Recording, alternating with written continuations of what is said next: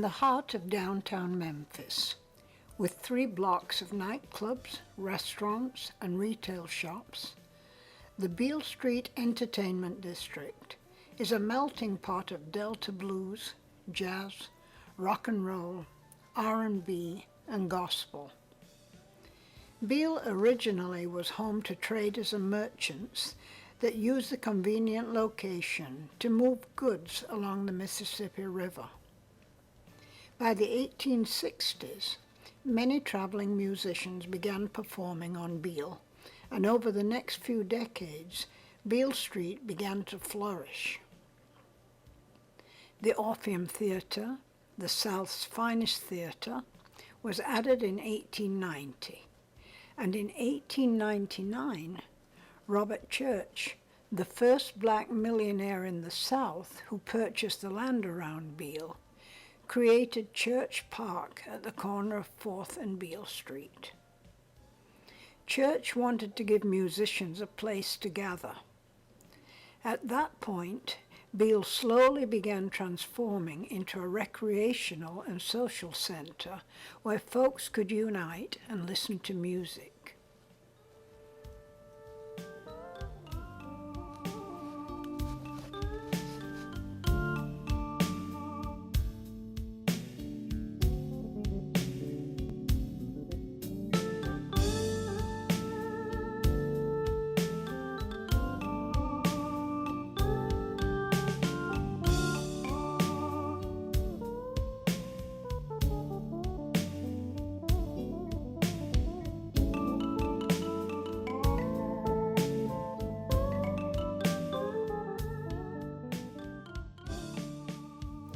In the early 1900s, a young man by the name of W.C. Handy made his mark on the city by creating hit songs like Blues on Beale Street and Mr. Crump for a local mayoral candidate. Handy's influence ran deep, and from the 1920s to the 1940s, other blues and jazz legends like Albert King, Louis Armstrong, Memphis Minnie, Muddy Waters, and B.B. King, B.B. stands for Blues Boy, all performed on Beale Street. Their influence created a style known as Memphis blues.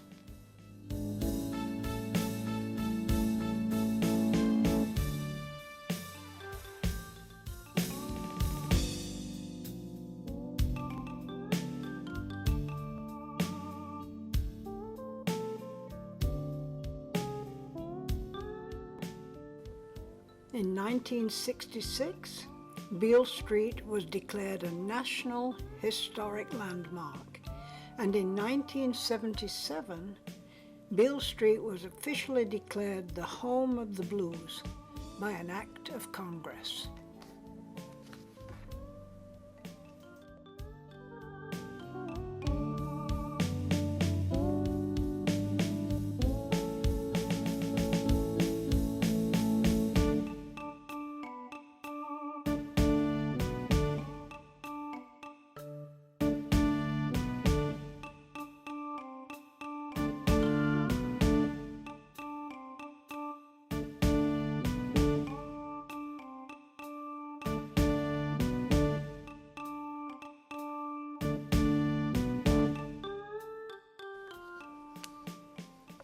All you need to do today is take a stroll down Beale Street's Neon Row, and you'll hear music spilling out of clubs and restaurants like Rum Boogie Cafe, B.B. King's, Silky O'Sullivan's, or the Hard Rock Cafe. Beale Street is serious about its music, and jam sessions at many of these clubs tend to go deep into the night.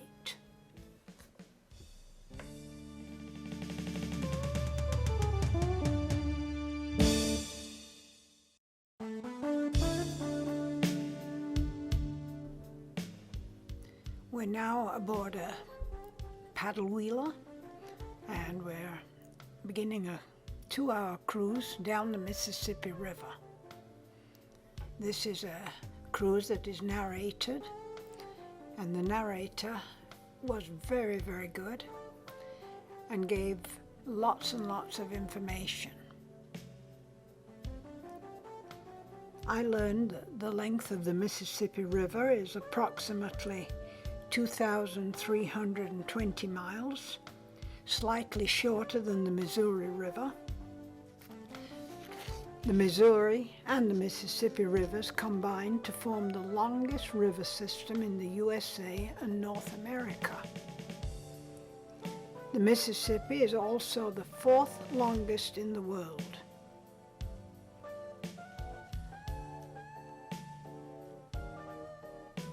At its widest point, the Mississippi River stretches out over 7 miles in width.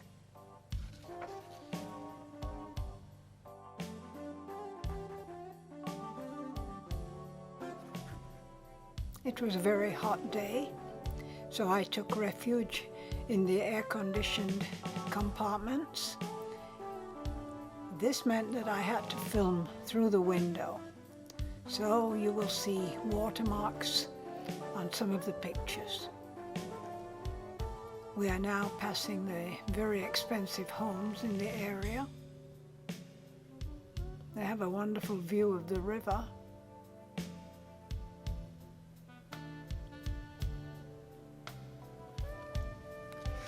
The Mississippi lies in the following 10 U.S. states: Louisiana, Mississippi, Arkansas, Tennessee, Kentucky, Missouri, Illinois, Iowa, Wisconsin, and Minnesota. It has a strong historical significance in the USA, from Native American tribes through to European explorers.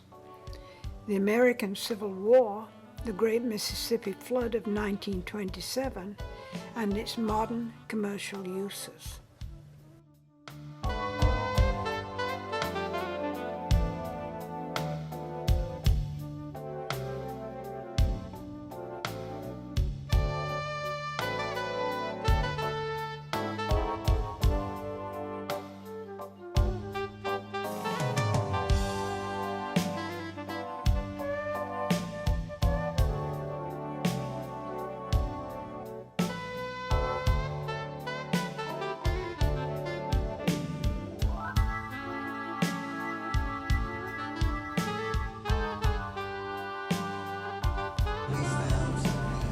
Bring them back upriver and we'll sell them to small river towns. That's what they did. So Memphis bought some and they laid it on the levee. The purpose was to keep the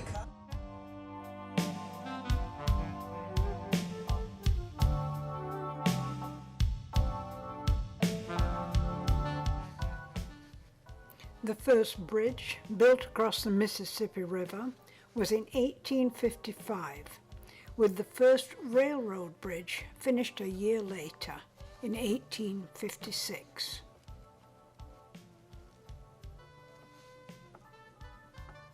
Martin Strel, a Slovenian swimmer who is famous for swimming the length of entire rivers, conquered the Mississippi over 68 days in 2002.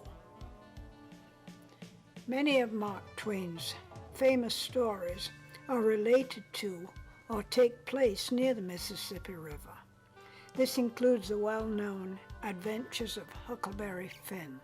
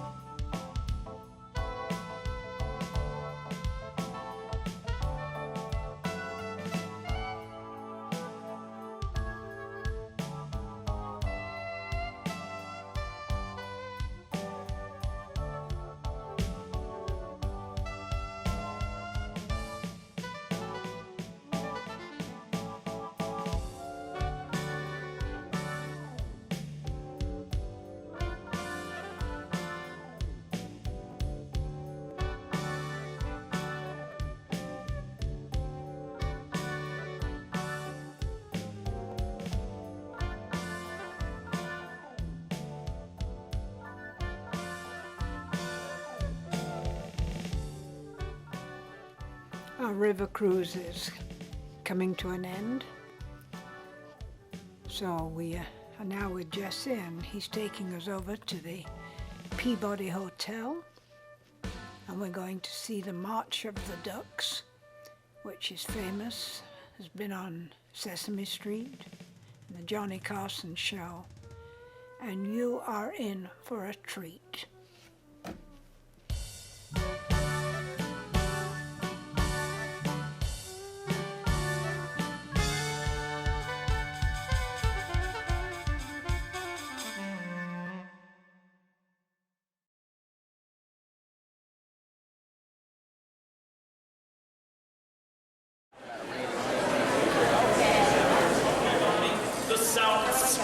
Hotel. Southern novelist David Cohn once wrote that the Mississippi Delta begins here in the lobby of the Peabody Hotel, and that phrase is as true today as it has ever been. The Peabody's history began back in 1869, just a couple of blocks from here at Main and Monroe. Colonel Robert Brinkley was our founder, and he had set out to build the finest hotel the Mid-South had ever seen, and name it the Brinkley House. Now, he succeeded on that first point, of course, but just before the grand opening, his good friend, Mr. George Peabody, passed away. Mr. Peabody was not just a good friend of the owner. He was also a noted humanitarian and philanthropist, and it was in his honor that the name was changed at the last minute from the Brinkley House to the Peabody Hotel.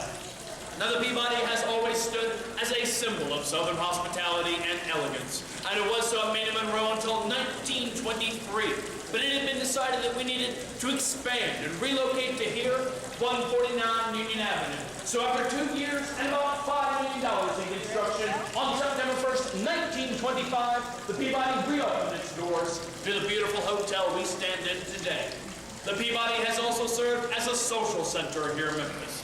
We have played host to countless weddings, proms, parties, and celebrations. Many of those, of course, hosted on the beautiful Peabody rooftop, where we have a gorgeous view of downtown Memphis and the Mississippi River, as well as the Royal Duck Palace, the lavish livings of our fine feathered friends. Now, the rooftop will be closed this evening for a private event, but I do welcome us to join us in our memorabilia room. It's up here on the mezzanine, just above the gift shop, and in there we have artifacts and stories unique to the Peabody's history.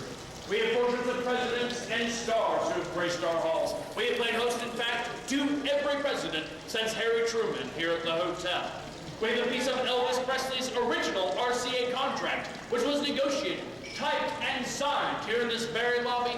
But of course, we have my favorite artifact, a memo, written by our general manager regarding the menu over at Chez Philippe, and explaining to them that we can have absolutely no duck served on any menu here at the hotel. Now, ladies and gentlemen, we're of course here to see the March of the Peabody Ducks, but if we haven't done so before, it may surprise us to learn that our whole tradition here got started with a bit of a practical joke. In 1933, our general manager, Mr. Frank Scott, and his friend Chip were out hunting in Arkansas. They had brought them, of course, some live duck decoys to help them hunt. They also happened to bring with them some Jack Daniels to help them keep warm. Now, the gentlemen focused a bit more on the Jack Daniels, never quite got around to hunting, and so were surprised when they returned to the hotel and found that they had forgotten to leave their 3 English call ducks back at the farm. They improvised, snuck them into the hotel lobby, and let them loose into our fountain instead.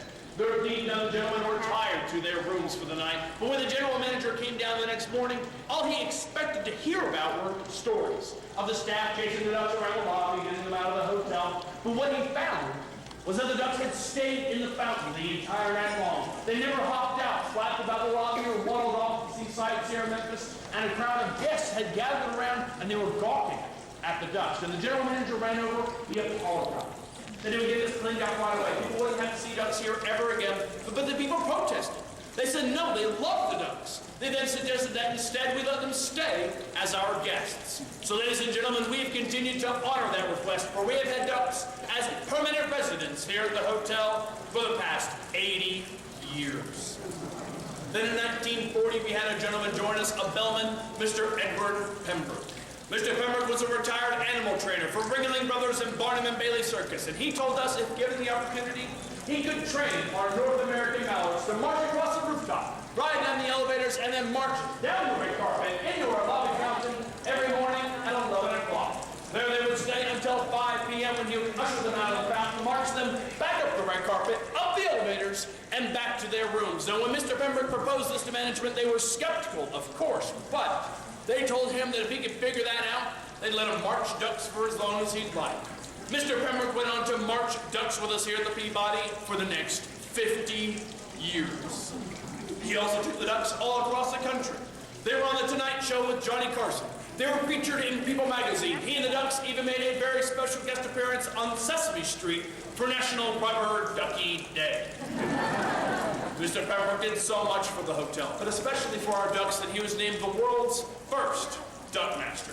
My name is Anthony. I'm actually only the 5th duck master since 1940, and in just a few moments it'll be my honor to continue our tradition here for you. But first, on rare occasion, I have the honor and privilege of sharing the duties of duck master. Today is one of those days. Ladies and gentlemen, please help me welcome my honorary duck master, Mr. Randall Ford.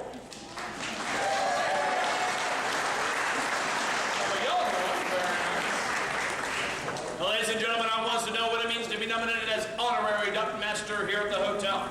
It is an official station. It has official duties, and as such, it has an official proclamation. Whereas, the daily march of the world-famous Peabody Ducks is a time-honored tradition, begun in 1933 and attended by countless visitors. And whereas, the care and protection of the Peabody Ducks must be attended to on a daily basis, and can only follow the persons of high standards and great distinction. And whereas, you are such a person, be it resolved that on September 10th, 2013, Mr. Randall Ford has been chosen honorary duck master.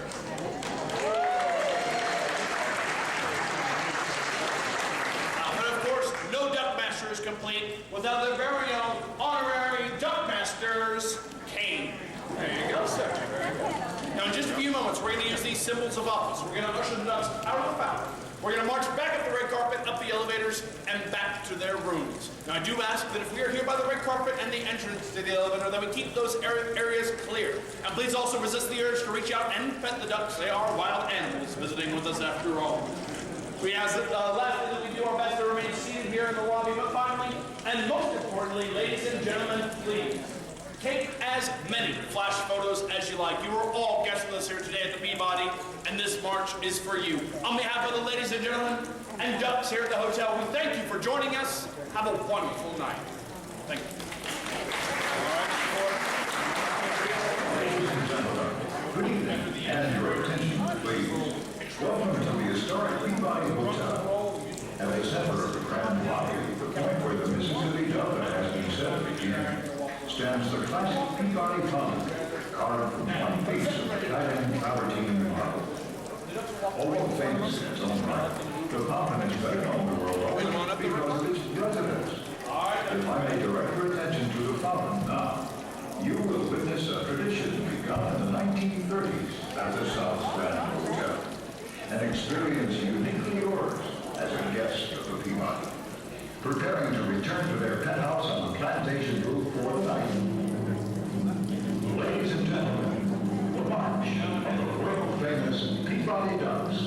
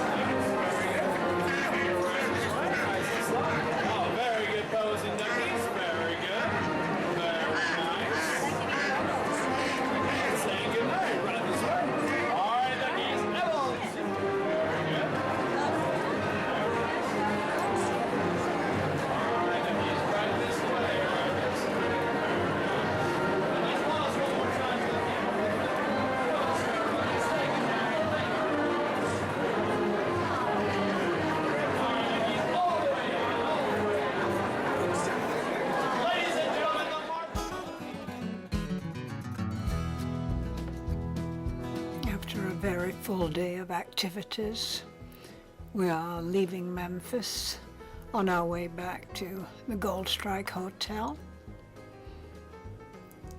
And there will be a delicious buffet dinner awaiting us when we get there. And for those who like to gamble, I believe the casino is open all night long. St. Louis Cardinals, they're AAA.